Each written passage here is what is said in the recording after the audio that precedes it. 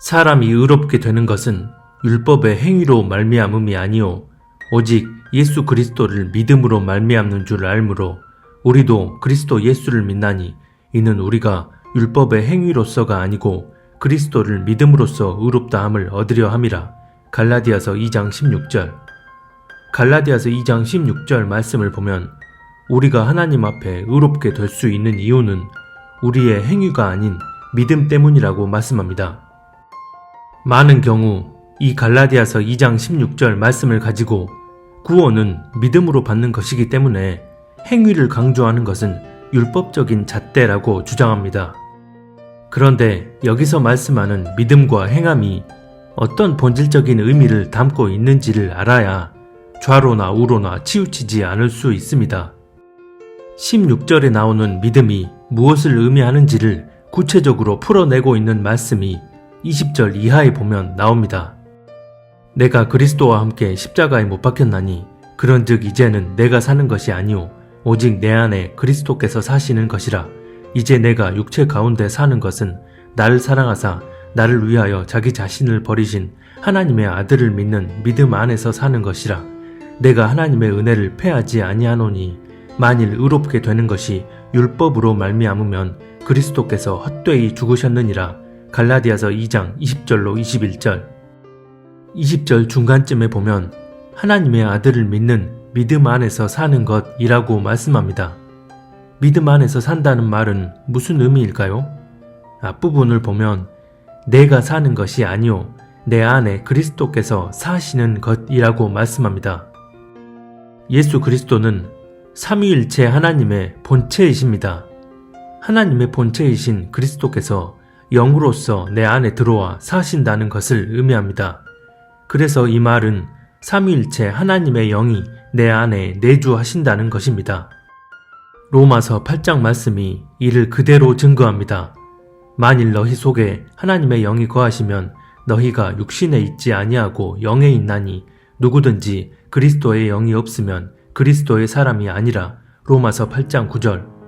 예수를 죽은 자 가운데서 살리신 이의 영이 너희 안에 거하시면 그리스도 예수를 죽은 자 가운데서 살리신 이가 너희 안에 거하시는 그의 영으로 말미암아 너희 죽을 몸도 살리시리라. 로마서 8장 11절. 예수를 죽은 자 가운데서 살리신 이의 영, 즉 그리스도의 영은 바로 보혜사 성령님이십니다. 내가 아버지께 구하겠으니 그가 또 다른 보혜사를 너희에게 주사 영원토록 너희와 함께 있게 하리니. 요한복음 14장 16절. 그래서 내 안에 그리스도께서 사신다는 말은 그리스도의 영이신 성령님께서 내 안에 사신다는 의미입니다. 그렇다면 성령님이 내 안에서 어떻게 사실까요? 내가 사는 것이 아니오 내 안에 그리스도께서 사시는 것이라 고 말씀하신 것처럼 성령님이 내 안에 살기 위해선 반드시 내가 죽어야 합니다.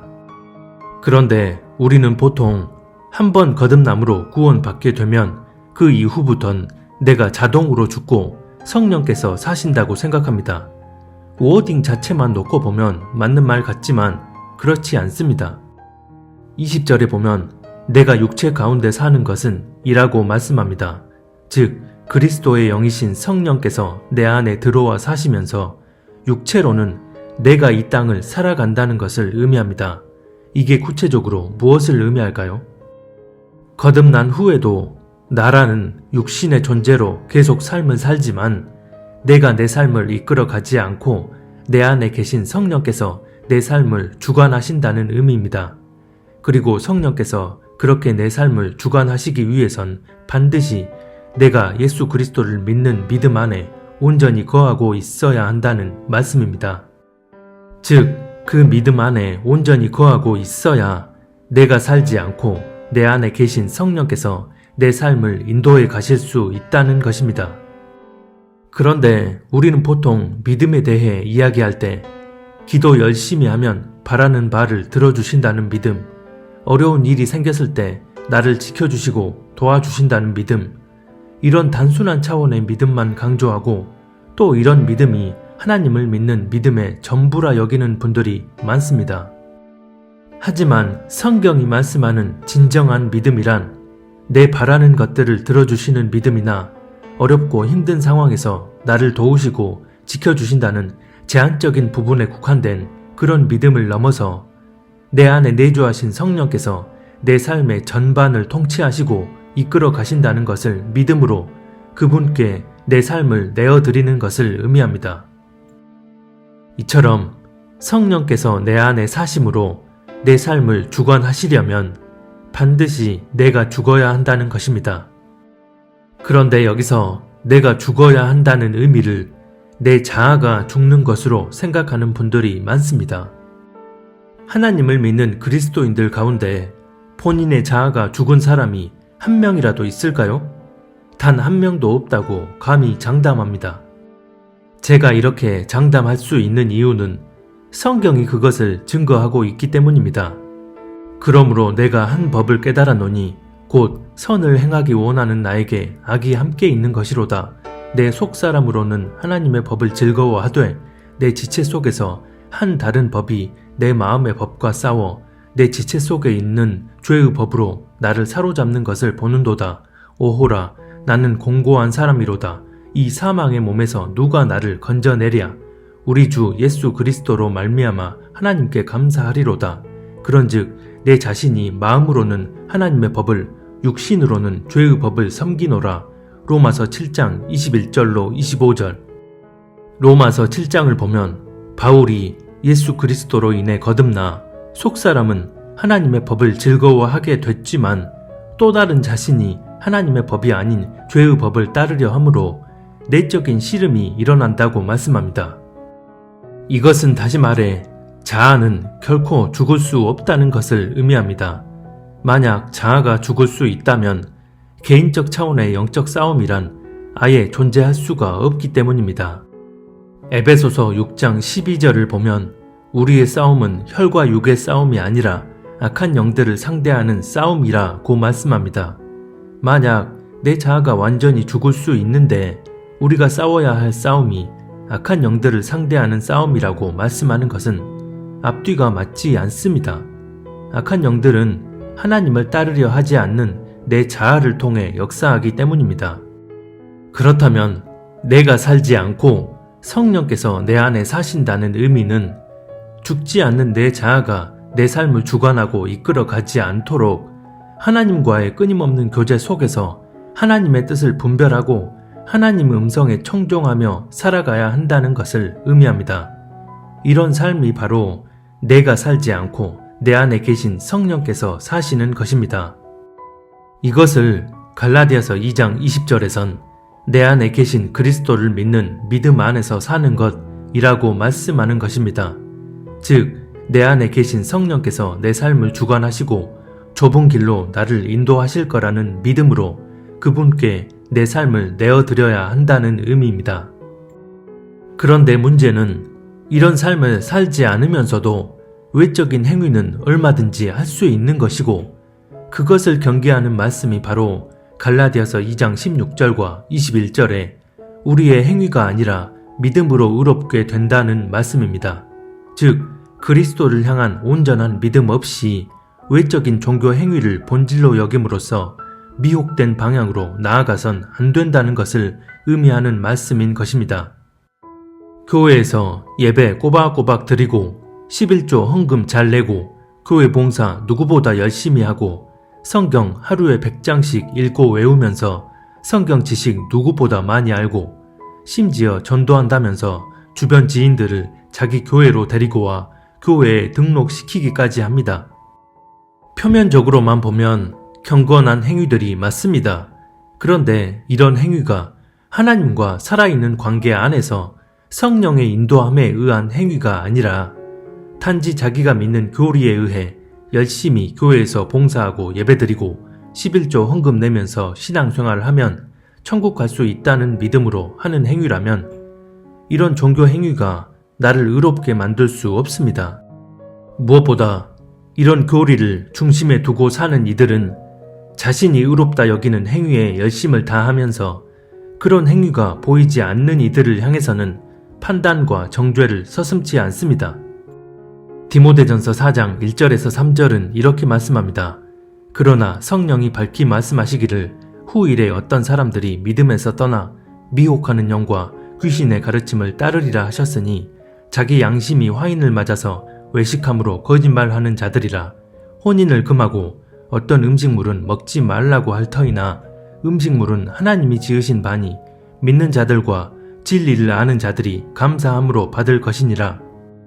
처음엔 하나님을 온전히 믿었던 사람들이 그 믿음에서 떠나 미혹의 영을 따른다고 하면서 그로 인해 나타나는 현상 중 하나가 바로 행위적으로 무엇은 해야 하고 무엇은 금해야 한다는 식의 율법주의라는 것입니다. 즉, 온전한 믿음으로 성령의 인도함에 따른 행함이 아닌 믿음 없는 자기 종교적 잣대로 행위의 어떠함만을 고집하게 만드는 미혹의 영을 따르게 된다는 것입니다. 믿음 없는 종교 행위에만 열을 올리며 외식을 떨던 서기관 바리새인들을 보면 이를 분명하게 알 수 있습니다. 그 반대의 경우도 마찬가지입니다.